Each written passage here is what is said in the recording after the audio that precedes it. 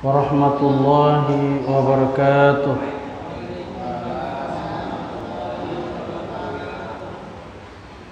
Innal hamdalillah nahmaduhu wa nasta'inuhu wa nastaghfiruh wa na'udzu billahi min shururi anfusina wa min sayyiati a'malina.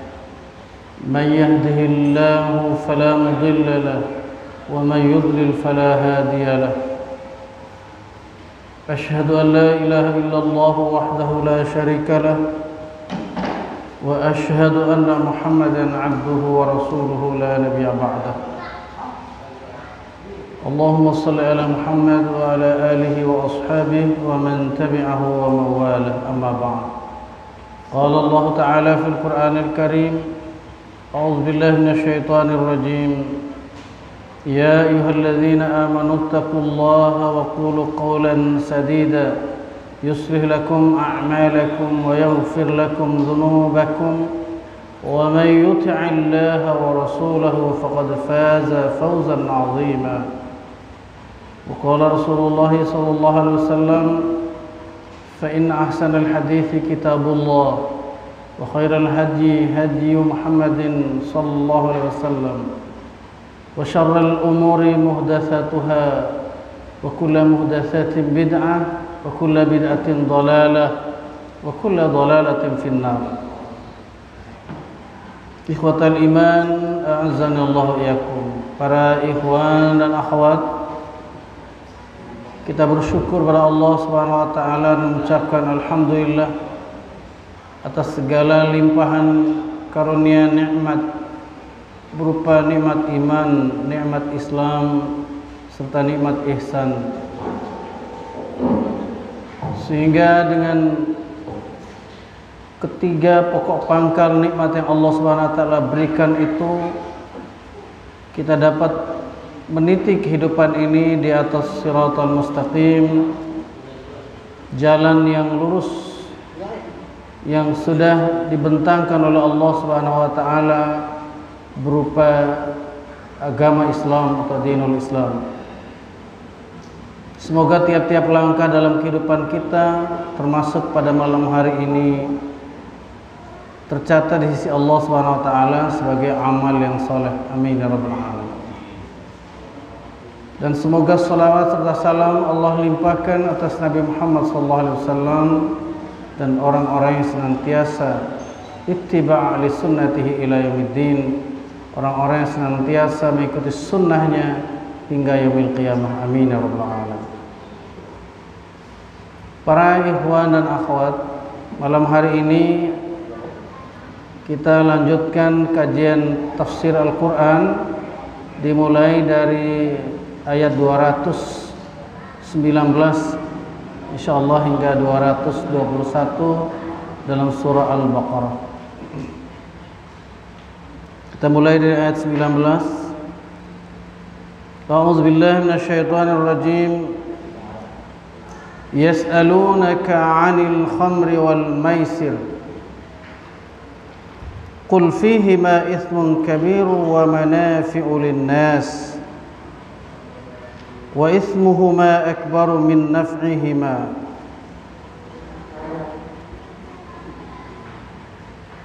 Sampai di situ. Yas'alunaka, mereka bertanya kepada engkau wahai Rasul, wahai Muhammad, 'anil khamri wal maisir, tentang khamar atau minuman keras dan judi atau segala jenisnya khamar dan judi. Qul fihima ithmun kabir, katakanlah atau berikan jawaban pada mereka bahwa di dalam keduanya, yaitu khamar dan judi, ada dosa yang sangat besar, ithmun kabir, wa manafi'u linnas, dan juga ada manfaatnya bagi manusia. Wa ithmuhuma akbaru min naf'ihima, akan tetapi manfaat keduanya itu Akan tapi dosa daripada keduanya akbaru min naf'ihima, lebih besar daripada manfaat yang didapat dari keduanya.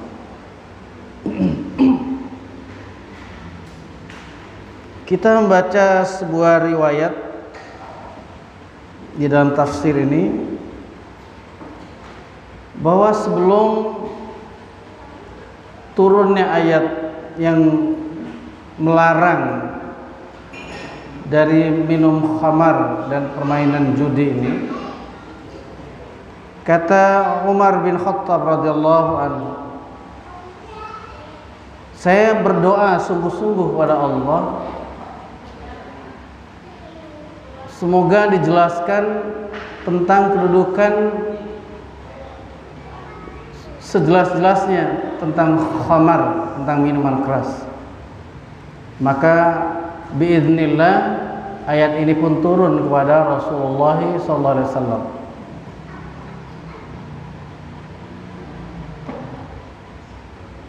Jadi turunnya ayat yang melarang tentang khamar, tentang judi ini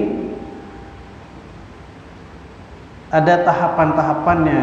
Di antara tahapan ini adalah yang tersebut di dalam ayat 219 surah Al-Baqarah ini.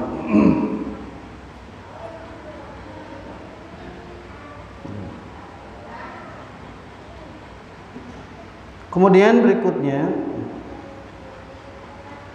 wa yas'alunaka madza yunfiqun, dan mereka bertanya kepada engkau wahai Rasul, wahai Muhammad, madza yunfiqun, perihal apa yang mereka harus infakkan. Karena ini pertanyaan dari para sahabat, masih umum kalimat infak pada saat itu, belum jelas bagi mereka, bagi para sahabat. Qulil afw, katakanlah atau jawablah wahai Rasul, wahai Muhammad, al-afwa, artinya kelebihan dari apa yang dibutuhkan. Apabila kita memahami dari kalimat al-afwa ini, maka taulah bahwasanya memanfaatkan kelebihan harta kita dari yang kita butuhkan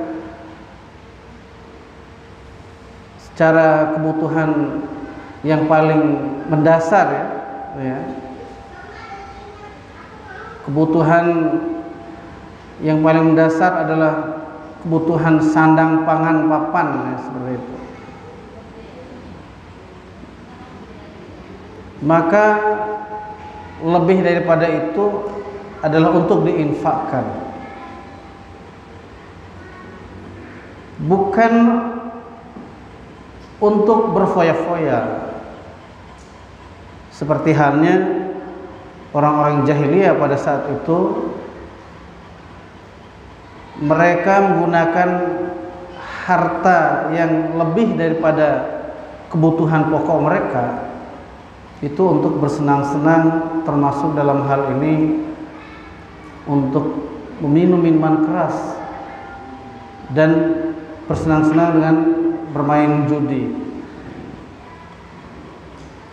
Maka bagi para sahabat yang sudah mereka menyerahkan dirinya di jalan Allah Subhanahu wa taala dan mendapatkan perintah berinfak, maka mereka tidak menyia-nyiakan kesempatan ini dengan harta yang mereka usahakan, kemudian mereka diperintahkan untuk diinfakkan di jalan Allah Subhanahu wa taala. Sehingga mereka bertanya, bagaimana sesungguhnya tentang infak ini? Maka Allah Subhanahu wa taala memerintahkan Rasul untuk memberi jawaban Qulil afwa, katakanlah wahai Rasul, al afwa yakni kelebihan dari apa yang dibutuhkan, ya, kelebihan dari makan dan minum, dari membeli pakaian, ya, dan untuk tempat tinggal atau perumahan, ya, tentu berasaskan pada kesederhanaan. Jangan sampai nanti karena ada kalimat kelebihan, jadi kita stok makanan yang banyak sekali untuk kita, sehingga kita lupa dengan infak itu karena beralasan kepada kalimat al-afwa, kelebihan. Lalu yang kedua tentang kebutuhan yang ya terkait dengan pakaian. Kita membeli pakaian sebanyak-banyaknya untuk mencari alasan supaya tidak ada kelebihan, ya maka daripada lebih, ya mendingan kita stok pakaian, di pakaian yang banyak, yang mahal-mahal. Ya, tentu bukan itu maksudnya. Tetap pada prinsipnya sederhana dalam makan dan minum, sederhana dalam berpakaian, juga sederhana dalam urusan membangun rumah atau membuat rumah. Jadi jangan karena ingin terhindar dari infak maka kita membangun rumah, ya, dengan biaya yang sangat mahal, ya, dengan segala macam pernak-pernik baik eksterior maupun interiornya yang serba mewah, sehingga kita luput dari mengeluarkan infak. Maka kita berlindung pada Allah Subhanahu wa taala dari hidup yang berlebih-lebihan, ya, baik dalam makan dan minum, berpakaian, dan juga tentang rumah atau tempat tinggal kita. Kadzalika yubayyinullahu lakumul ayati la'allakum tatafakkarun. Kadzalika, demikian itulah, yubayyinullahu lakumul ayati, Allah Subhanahu wa taala menjelaskan kepada kalian ayat-ayatnya agar kamu sekalian berfikir, menjadi orang yang berfikir. Jadi dengan adanya kelebihan, orang yang berfikir itu akan mikirkan bagaimana maslahat daripada sisa harta atau kelebihan harta dari kebutuhan yang sesungguhnya yang paling mendasar, ya, kebutuhan pokok, ya. Dan sekali lagi jangan sampai kita karena disebutkan di dalam ayat ini al-afwa yang artinya kelebihan, maka kita tidak berfikir untuk menyederhanakan, ya, atau pola hidup sederhana dalam makanan, dalam berpakaian, dan juga rumah atau tempat tinggal.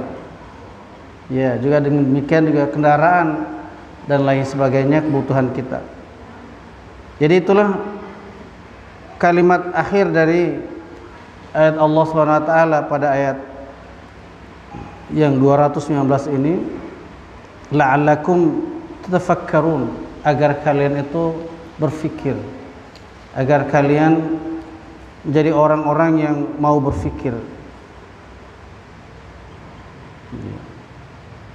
Orang-orang yang dulu sebelum bertobat, ya, dari kejahiliahan, mereka menghambur-hamburkan hartanya untuk mencari kesenangan mereka lewat khamar, lewat minuman keras, lewat berjudi, ya, untuk bersenang-senang. Ya, setelah mereka tahu perbandingan antara dosanya yang begitu besar dibanding dengan ada sedikit manfaat dari dua hal itu, maka berangsur-angsur para sahabat itu masuk dalam kalangan orang-orang yang berfikir. Orang-orang yang menerapkan ayat ini berarti mereka menjauhkan diri secara berangsur-angsur dari minuman keras dan judi tadi. Kemudian pertanyaan yang kedua yaitu terkait dengan infak. Maka kelebihan harta mereka tadi mereka arahkan di jalan Allah Subhanahu wa taala dengan berinfak, yang nilai daripada infak ini sudah dijelaskan pula oleh Allah Subhanahu wa taala dalam Al-Qur'an. Ya. Di antara ayat Allah Subhanahu wa taala yang berbunyi, A'udzubillahi minasyaitonir rajim, mathalul ladzina yunfiquna amwalahum fi sabilillah, perumpamaan orang-orang yang infakkan hartanya di jalan Allah, kamathali habbatin ambatat sab'a sanabila fi kulli sumbulatin mi'atu habbah, bagaikan sebutir benih yang ditanam tumbuh 7 tangkai. Tiap tangkai itu keluar 100 biji atau 100 buah yang sama. Wallahu yudha'ifu liman yasha, dan Allah itu melipat gandakan bagi siapa yang Allah Subhanahu wa taala kehendaki. Nah, itu Allah Subhanahu wa taala memberikan di beberapa ayat tentang keutamaan, tentang hikmah, manfaat besar di balik menggunakan harta benda kita dari kelebihan yang kita butuhkan untuk berinfak dengan Allah Subhanahu wa taala. Ayat 220 kita lanjutkan. Fid dunya wal akhirah, tentang dunia dan akhirat. Jadi para sahabat itu orientasi dalam hidupnya bukan hanya kehidupan dunia saja, melainkan jauh ke depan, kehidupan di akhirat. Ya. Karena kehidupan dunia sangat kecil dibandingkan dengan kehidupan akhirat. Sebagaimana digambarkan dalam sebuah ayat yang sudah sama-sama kita hafal, walal akhiratu khairul laka minal ula, dan sungguh al-akhirah, kehidupan akhirat itu jauh lebih baik bagimu daripada al-ula. Al-ula yakni kehidupan dunia ini. Ya.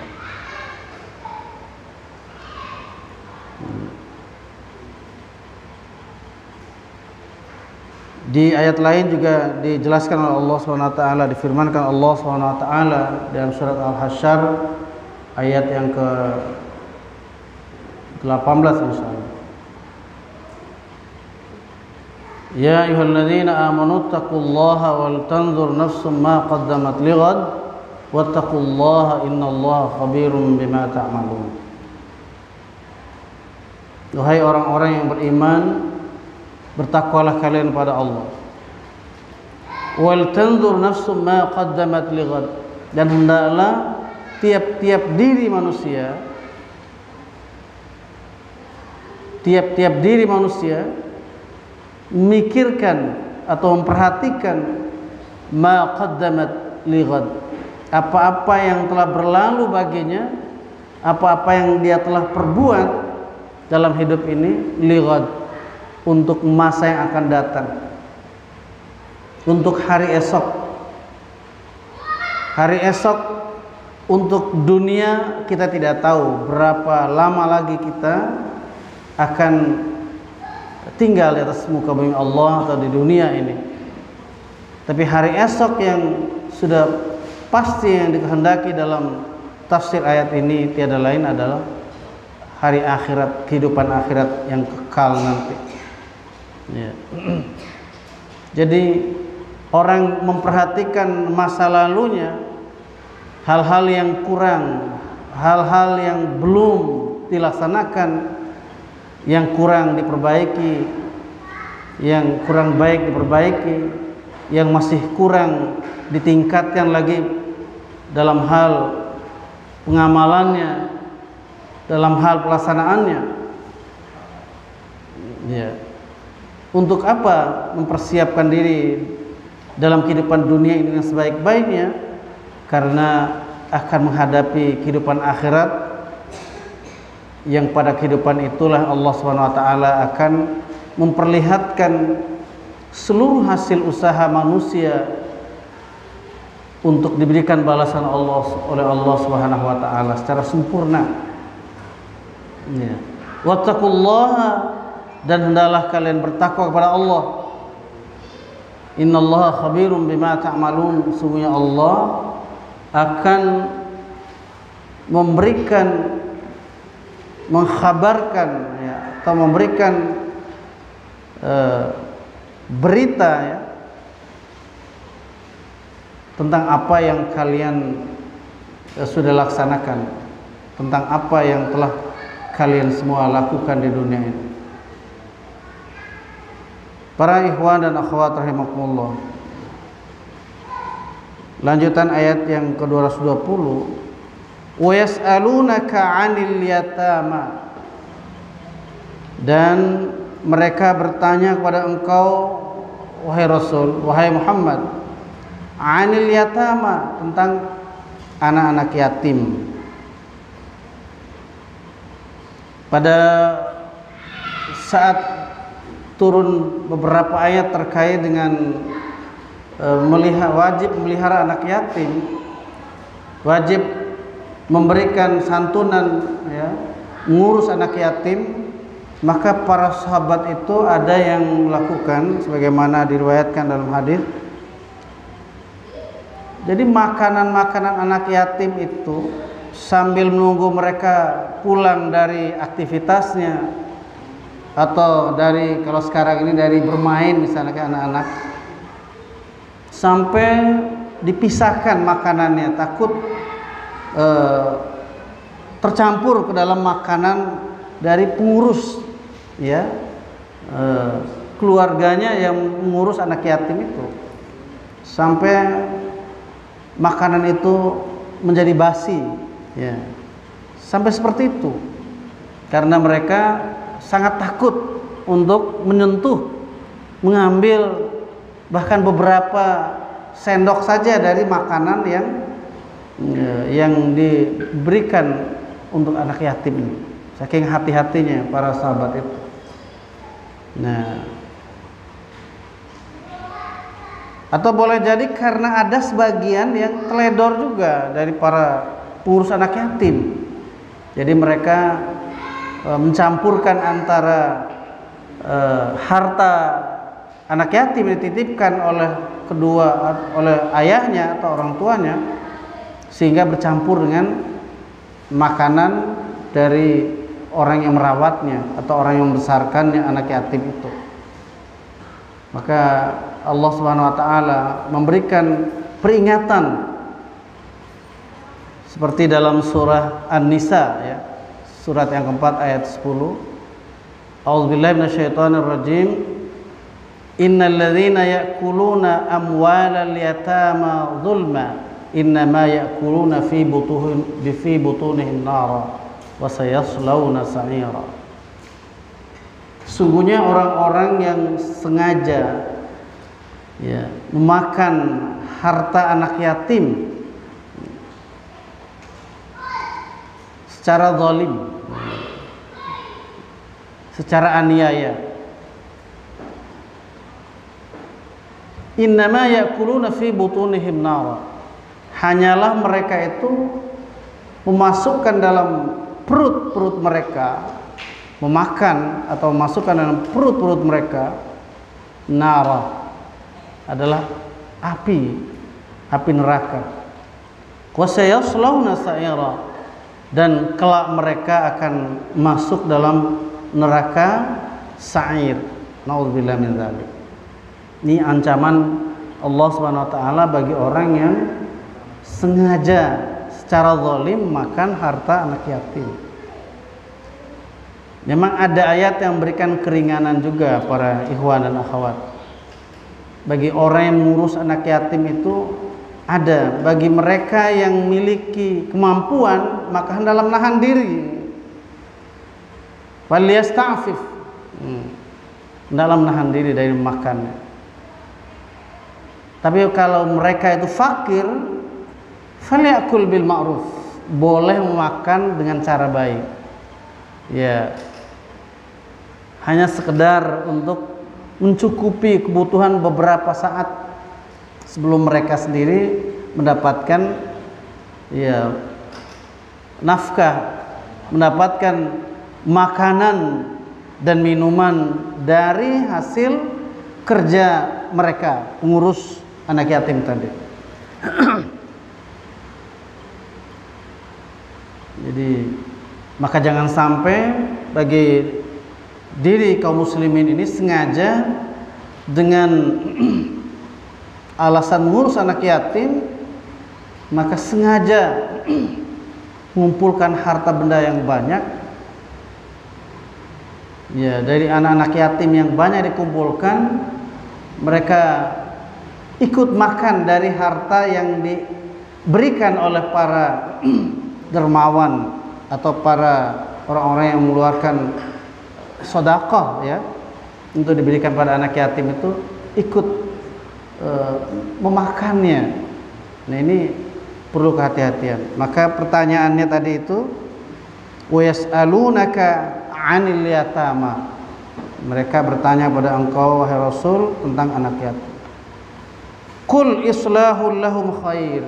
Katakanlah, kamu berbuat islah, berbuat kebaikan, berbuat kedamaian bagi mereka itu adalah baik. Jadi itu yang baik. Jangan buat kerusakan, jangan buat hal-hal yang mengecewakan anak yatim, jangan buat harta anak yatim itu menjadi merosot ya, menjadi berkurang banyak sebelum sampai waktu mereka bisa mengurus hartanya. Ternyata sebelum sampai umur mereka hartanya sudah tersisa sedikit ya, karena ikut dimakan oleh yang mengurus atau yang merawat. Nauzubillah min dzalik. Wa in tukhalituhum fa ikhwanukum.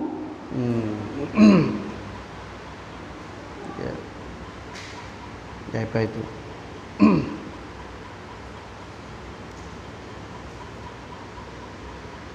Dan jika kalian mempergauli mereka, anak-anak yatim tadi, fa ikhwanukum, maka mereka itu adalah saudara kalian. Jadi tidak ada celahnya ya, tidak ada cacatnya bagi orang-orang ya karena mengurus anak yatim itu. Tidak menjadikan orang yang mengurus anak yatim itu merasa minder atau merasa rendah diri, begitu maksudnya. Jadi saudaramu, ikhwanukum. Wallahu ya'lamul mufsidu minal muslih. Dan Allah mengetahui orang-orang yang berbuat kerusakan daripada orang-orang yang berbuat kebaikan.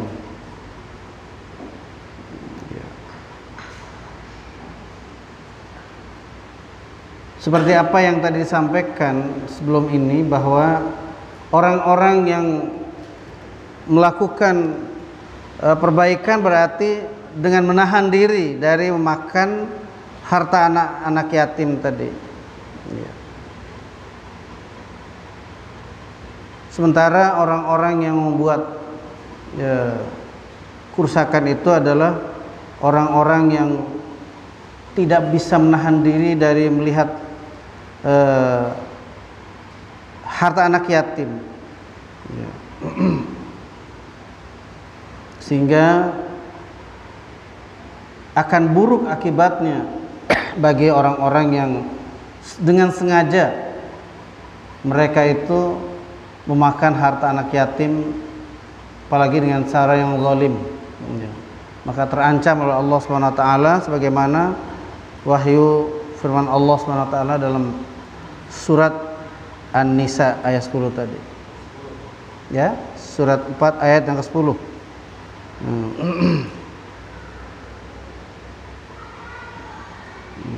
Kita lanjutkan. Walau sya'allahu la'anatakum innallaha azizun hakim. Dan kalau Allah menghendaki, niscaya Allah akan mendatangkan kesulitan bagi kalian. Innallaha azizun hakim, karena sungguhnya Allah azizun hakim, maha perkasa lagi maha bijaksana. Allah Subhanahu wa taala maha aziz, ya, perkasa, punya kuasaan dan kuatan untuk memberikan, apakah manusia itu akan dimiskinkan, ya, akan dikayakan, ya, apakah manusia itu akan diberikan kesenangan, ya, atau diberikan cobaan atau ujian.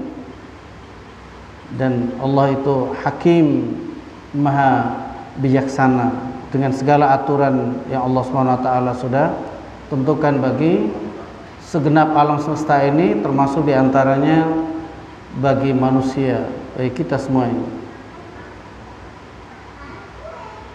Berikut ayat yang ke-220,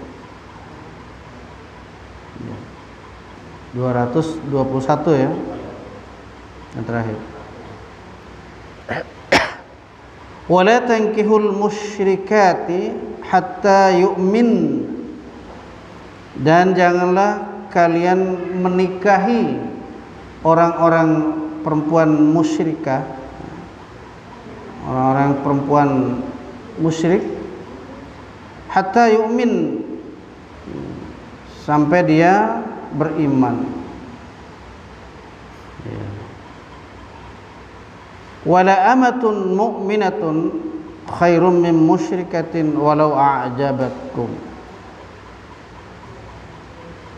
Sungguh, ya, perempuan-perempuan hamba sahaya lebih baik buat kalian daripada orang-orang perempuan musyrik, walaupun perempuan atau wanita musyrikin itu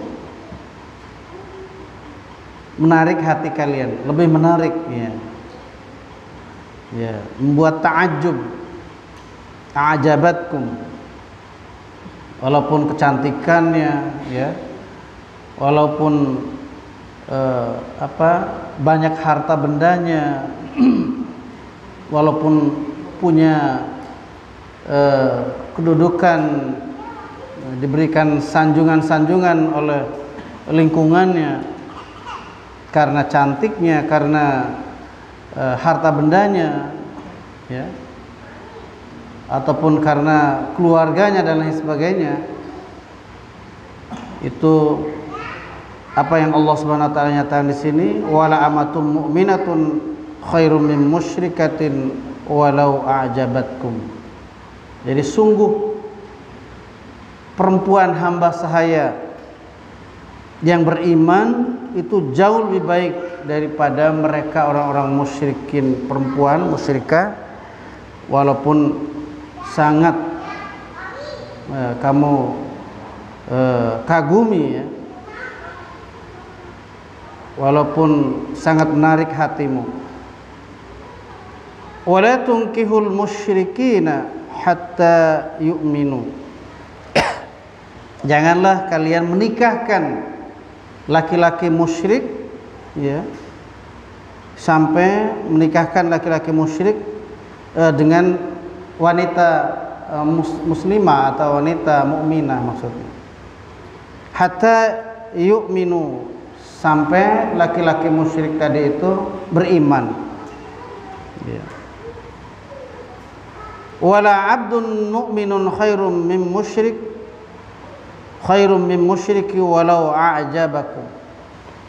Sungguh hamba saya laki-laki yang beriman lebih baik daripada laki-laki musyrik, walaupun laki-laki musyrik itu tampan dan menarik hati kalian para wali maksudnya ini, karena kalimat walau a'jabakum ini adalah dhamirnya untuk para kaum laki-laki. Jadi makanya kalimatnya janganlah kalian menikahkan ya. Jadi maksudnya menikahkan dengan anak gadisnya ya, atau orang yang dibawa perwaliannya, apakah dengan adiknya atau kakaknya yang perempuan ya. Jadi semuanya ini ditujukan kepada wali daripada perempuan ya. Nah, kalimatnya wala tunkihul musyrikin, jangan kalian menikahkan orang perempuan muslimah ya, yang berada di bawah perwalianmu dengan musyrikin, dengan laki-laki musyrik sampai mereka itu beriman ya. Ayat ini sesungguhnya ini berlangsung sejak dahulu, ternyata hingga sekarang kita banyak menyaksikan ya, para ikhwan, para akhwat, kaum muslimin dan muslimat ya, banyak kecenderungan ya manusia untuk mengikuti tren ini ya, dengan tendensi, dengan alasan ya habis sudah sama-sama cinta. Ya, ada juga yang mereka ya terpaksa katanya harus berpisah walaupun sudah saling mencintai bertahun-tahun karena beda agama. Ya lagian ngapain juga ya muslimatnya itu mau ya senang ya dengan laki-laki yang sungguhnya sudah diharamkan Allah Subhanahu wa taala untuk bakal jadi suaminya. Kalau mau diajak mulanya berteman ya. Jadi istilah orang sini mula-mula temen, lama-lama demen. Tinggal merubah ya T menjadi D ya. Temen jadi demen ya gitu. Jadi sesungguhnya itu adalah merupakan tren yang sudah tercela di sisi Allah Subhanahu wa taala sejak dahulu. Ya. Minimal sejak syariat ayat Allah Subhanahu wa taala diturunkan. Dan ini berlaku hingga akhir zaman. Nah, tidak boleh dijadikan tren lagi bagi orang-orang yang orang-orang yang beriman. Dan juga orang-orang yang yang sekarang ini kita sering mendengar, orang yang semula ya mereka tidak menjaga hijab lalu berhijab ya, tidak berbusana menutup aurat, tidak berjilbab lalu berjilbab. Sekarang ini sering kita mendengar nih, orang yang hijrah ya. Ya, lebih trennya dengan hijrah ya, hijrah. Yang semula tadinya hidup bebas berikhtilat antara laki-laki perempuan dengan alasan mengikuti tren zaman dengan sebutan berpacaran.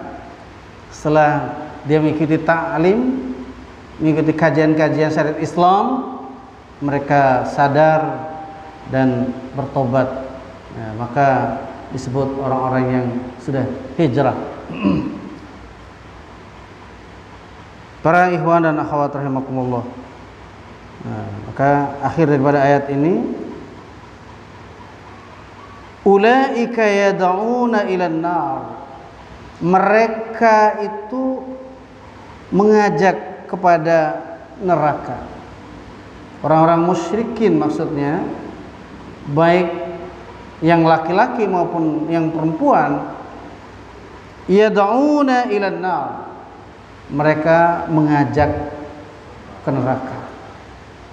Jadi apapun aktivitas yang mereka lakukan, terutama yang terkait dengan ayat ini adalah pertemanan tadi antara laki-laki dan perempuan hingga sampai kepada pernikahan ya.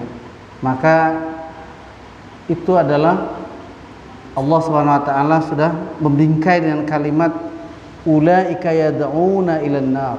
Mereka itu orang-orang yang selalu mengajak untuk masuk neraka. Jadi kecuali kalau mereka itu sudah beriman, sudah bertobat dari kemusyrikannya dan sungguh-sungguh mereka hidup sebagai orang-orang yang beriman. Dan harus diwaspadai pula oleh terutama para muslimat ya.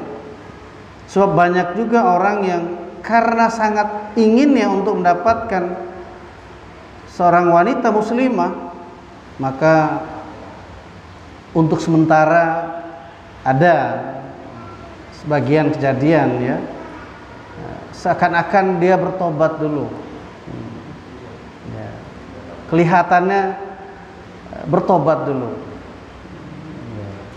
ya, sebulan 2 bulan orang ini berlaku sebagaimana layaknya muslim lainnya. Tapi setelah dia sudah mendapatkan ya yang dia inginkan, maka dia berbalik kembali kepada setan-setannya, kembali kepada agama yang semula dia yakini dan menjadi orang musyrik kembali. Ini ada beberapa kejadian. Ini perlu diwaspadai. Maka oleh sebab itu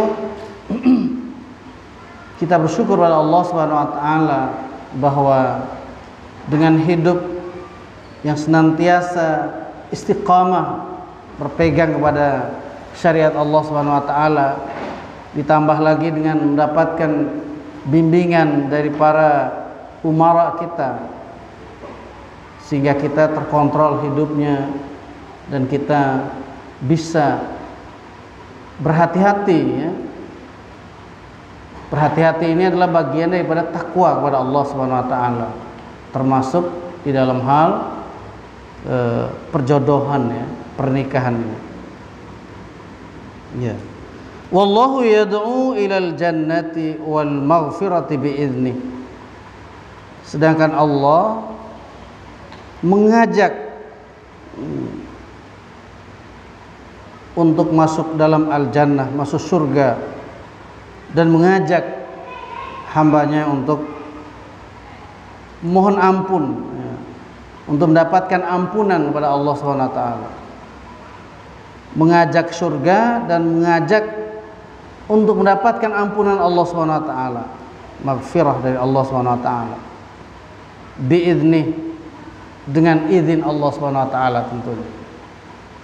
Jadi kalau disebutkan biidznih, berarti untuk mendapatkan al-jannah dan mendapatkan maghfirahnya Allah SWT harus ada rambu-rambu yang sudah ditetapkan yang harus kita ikuti. Jadi tidak boleh menurut kemauan kita. Seperti suatu ketika kami pernah berdakwah kepada seseorang. Beliau mengatakan terkait dengan hijab yang menutup aurat. Ya Ustadz, katanya, yang penting itu hati, katanya. Ya. Apa gunanya, katanya, badan itu terlilit pakaian terbungkus rapi, kalau hatinya enggak bagus. Ya. Oh iya, berarti Anda lebih bagus hatinya dengan tidak berbusana muslimah ketimbang orang yang berbusana muslimah tertutup rapi dan hatinya bagus seperti Anda. Oh, dia diam. Oh ya, berarti kesimpulannya gimana ini?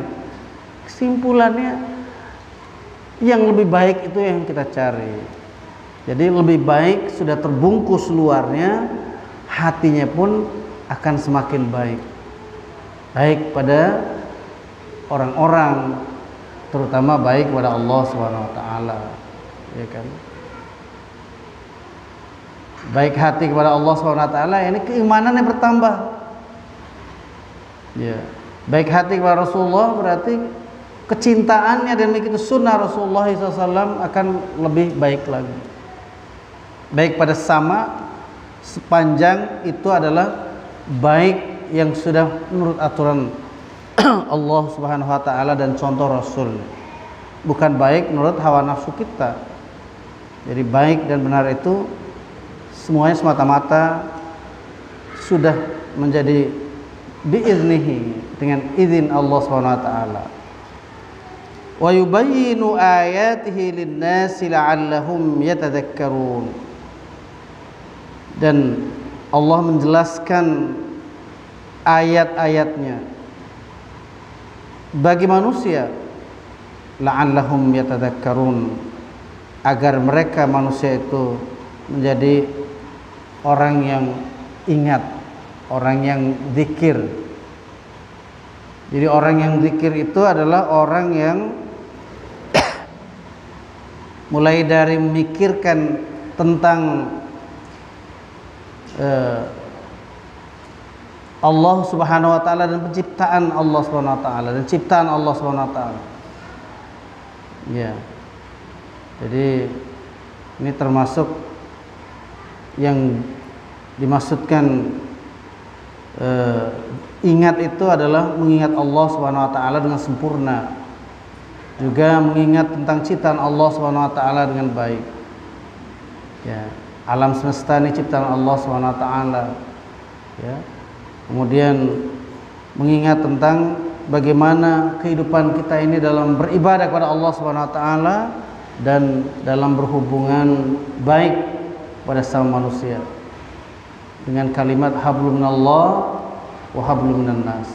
Karena ini barometer kejayaan dan kebahagiaan manusia dalam kehidupan dunia dan akhirat adalah illa bihabli minallahi wa habli minan nas, kecuali karena mereka manusia itu senantiasa menyambung hubungan yang baik dengan Allah Subhanahu wa taala, dengan senantiasa menjadi orang yang berzikir, ya, orang yang ingat akan kebesaran Allah Subhanahu wa taala, ingat akan nikmat-nikmat Allah Subhanahu wa taala dalam syariat Islam ini, dan ingat akan beribadah kepada Allah Subhanahu wa taala dengan sebaik-baiknya karena akan mendapatkan balasan baik di dunia ini, terutama nanti balasan Allah Subhanahu wa taala di akhirat. Amin ya rabbal alamin.